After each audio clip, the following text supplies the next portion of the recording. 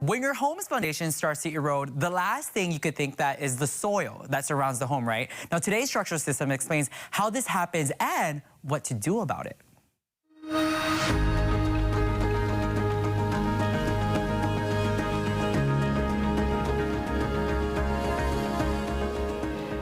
Our storm or rainy season here in Hawaii, Hawaii homes can be dramatically affected by erosion and shifting.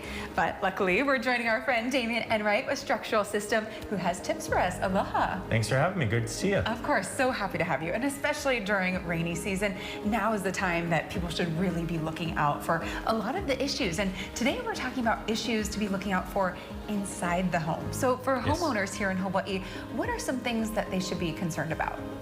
Well, this is a really important topic for us at Structural Systems because if homeowners are just a little proactive with their foundations and their properties, they can really prevent a big project down the road, right? So when we're making our inspections, we do a big thorough walk around the outside, come on the inside, do the same thing, look at four major things. We look at the floors, are they cracking, the walls, windows, and doors. Are they all functioning and looking stable?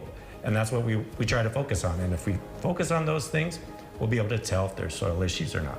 And well, that's so interesting that seeing an issue in a home can actually be related to the soil. Definitely. Wow. Okay, so what about where we're at right now? We're at one of your clients' homes. Is there anything in this particular area that you're looking at? Well, actually there is. You know, we don't see the dramatic, huge cracks that we might see online, right? You know, sometimes I go to a home, I can stick my hand through a wall. It's that bad. Wow. Here, everything's a little subtle. You know, if I kneel down for a second, we have cracks that are running from one side of the room to the other. And what we have here in this part of town is what we call adobe expansive clay. When that clay gets wet, it swells up, it pushes up on the slab and cracks whatever's up above it. So that's why we see this doming, this crowning of this tile and this slab. That's causing the cracking that we're seeing. I don't know if I would have even noticed that. So are the cracks mainly in the, because it seems like a lot of this is part of the design. Are you talking about right here? Yes, right along the grout line. The grout line is the weaker point in the tile. So you'll notice around your home, a lot of times the cracking, whether it's in the walls or the floor, will be right at that grout line. Okay, interesting. All right, so has that area or anything else been affected in this room then? So right adjacent to these tiles, we see the sliding door. And when I try to open it, it starts to bind right at the point where that crack is. It still opens, luckily, but it doesn't open and close like it should. And that's because that clay swells up, pushes the bottom of that door frame, and causes it to bind down a little bit. Interesting. We want to get at it before it's totally locked into place and doesn't work anymore. Okay, so it is potential, you can fix it then. Yes. What does something like that entail? How do you decompress it?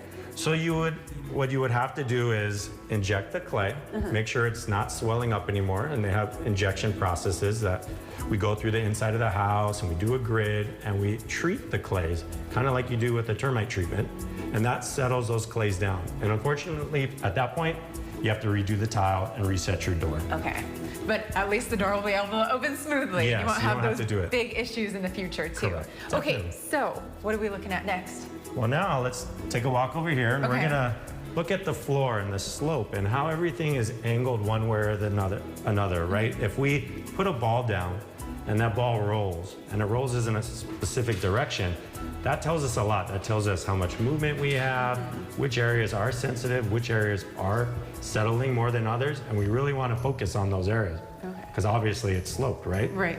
Next big thing is the drywall and the condition of our walls.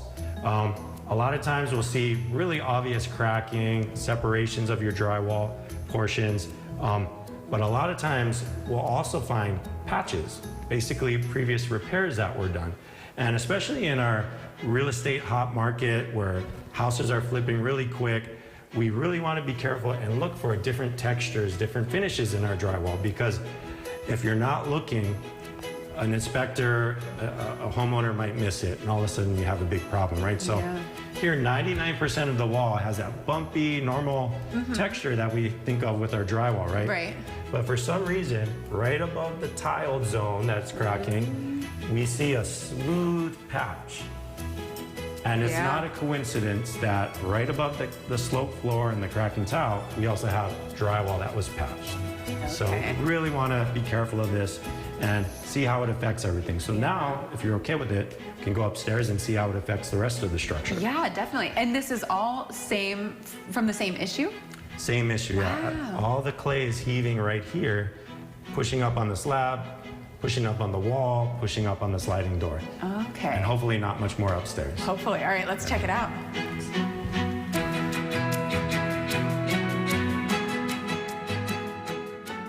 Yeah, something that's super important and things that, you know, you wouldn't necessarily think were caused by those issues, you know, like a door not being able to open as well as it used to be. And then we're going to head upstairs in a little bit and show you, speaking of doors, another little issue that is something that I think a lot of people see that don't realize, again, what it could be. Yeah, you know, a lot of things that we learned from, you know, Damien at Structural Systems, because the last time, I know you and I, we went out to look out that wall, you know, but there's a certain way, there's a method to the madness to take care of the wall because you just don't want to, like, pull it out. But there's a lot of things that you guys can learn, about if you guys log on to KHON2.com and check out our previous segments over there. Yeah, definitely. Yeah. But we're not done with structural systems just yet. More signs of erosion and shifting that you might not have realized.